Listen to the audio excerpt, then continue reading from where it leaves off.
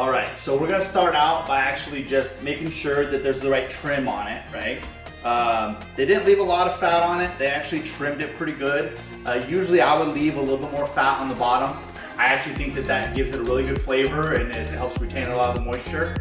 With this one, it's a little bit too trimmed, right? So we normally wouldn't go for something like this, but in this case, we're going to. So it's pretty well trimmed already. They even trimmed out too much of the fat. But one of the things here is we want to take off any of this silver skin that's on the top, right? That stuff is not going to cook up very well. It's actually, you know, it really kind of makes it a little bit tough. So what we're going to do is we're going to go ahead and cut some of that off.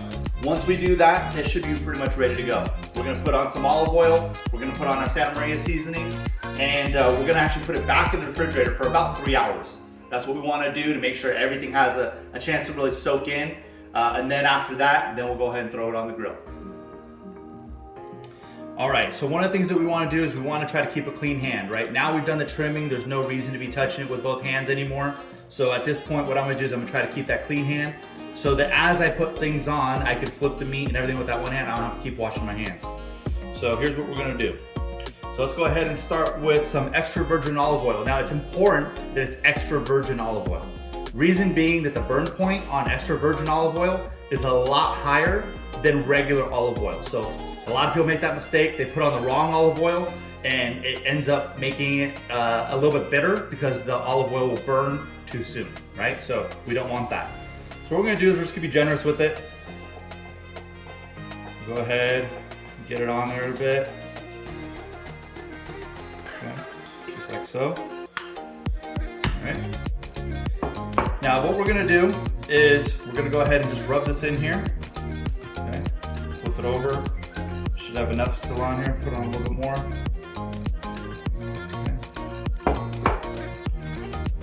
And I know a lot of people wear gloves when they do this. You know, honestly, I don't prefer to do that typically because when I'm seasoning and whatnot, I like to touch the meat, right? I like to feel if there's anything on there, you know, that maybe I'm missing or anything like that. Sometimes when you're trimming, you know, maybe you get some gouges and whatnot, so I like to feel what I'm actually doing, and I just find that that works a little better for me. So now, that on there, we want to kind of turn it on the side. I want to make sure we get everything here with it, okay?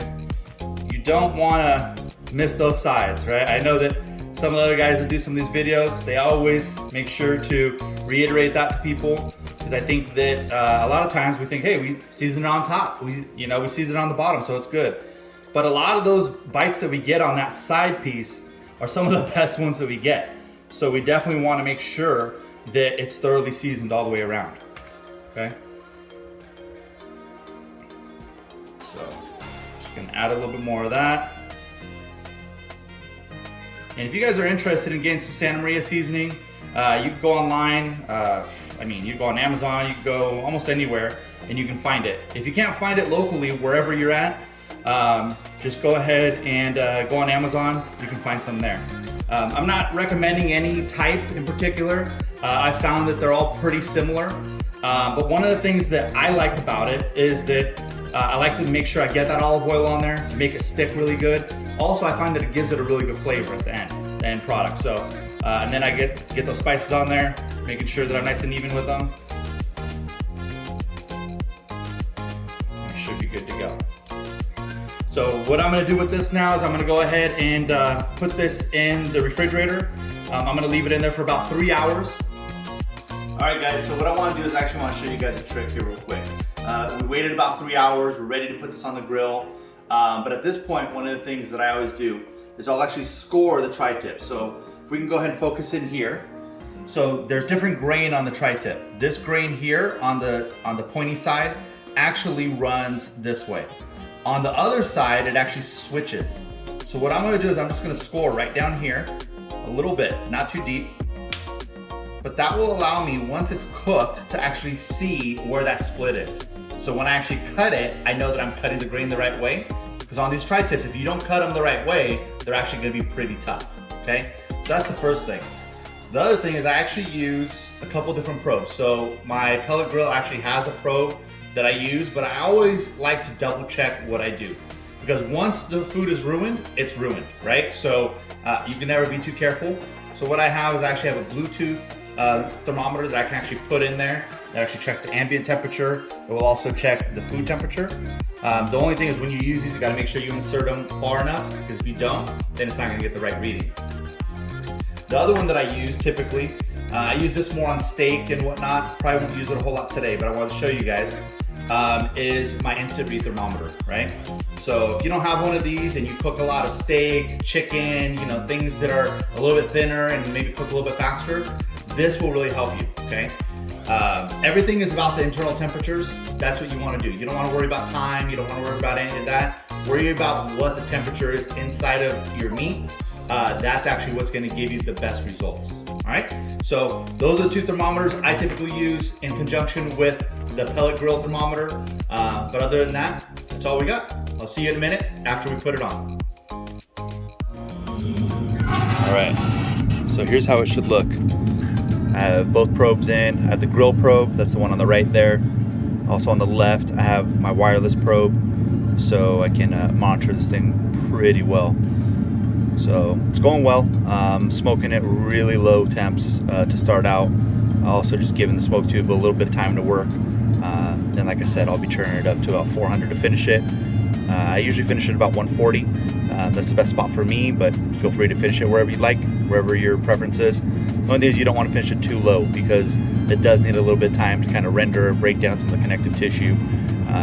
So that's what I've seen, at least that's what works for me. So enjoy.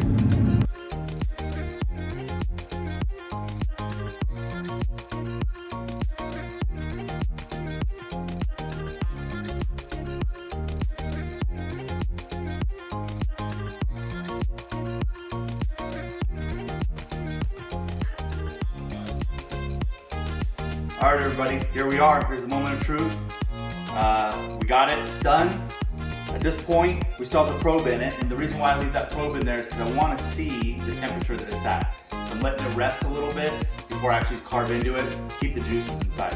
When you carve it, when it's still really hot, the juices want to escape immediately. So you want to make sure you let it rest a little bit. So now we know it's down to a good temperature. It's been resting for about 20 minutes or so. For a tri-tip, that's plenty. So I'm gonna go ahead and remove the probe. Now, if you can see here, we can go ahead and get a little bit of zoom action. Down here, see how we did the cut earlier? Now we have that cut. So we know that it's exactly where it needs to be. And now we start there, okay? So we'll cut right here. And right when we do that, boom, here we go. Beautiful, okay? So this one here, what we're gonna do is we're gonna cut it like this. As you can see, there's a lot of juice. So we'll go in this fashion here. Now this side here, what we're gonna do is we're actually gonna churn it so we can see that everything's actually running that way. So instead, we're gonna cut it just like this.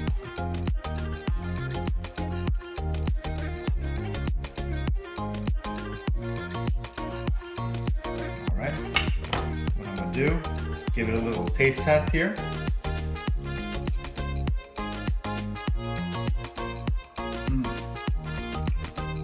That's excellent.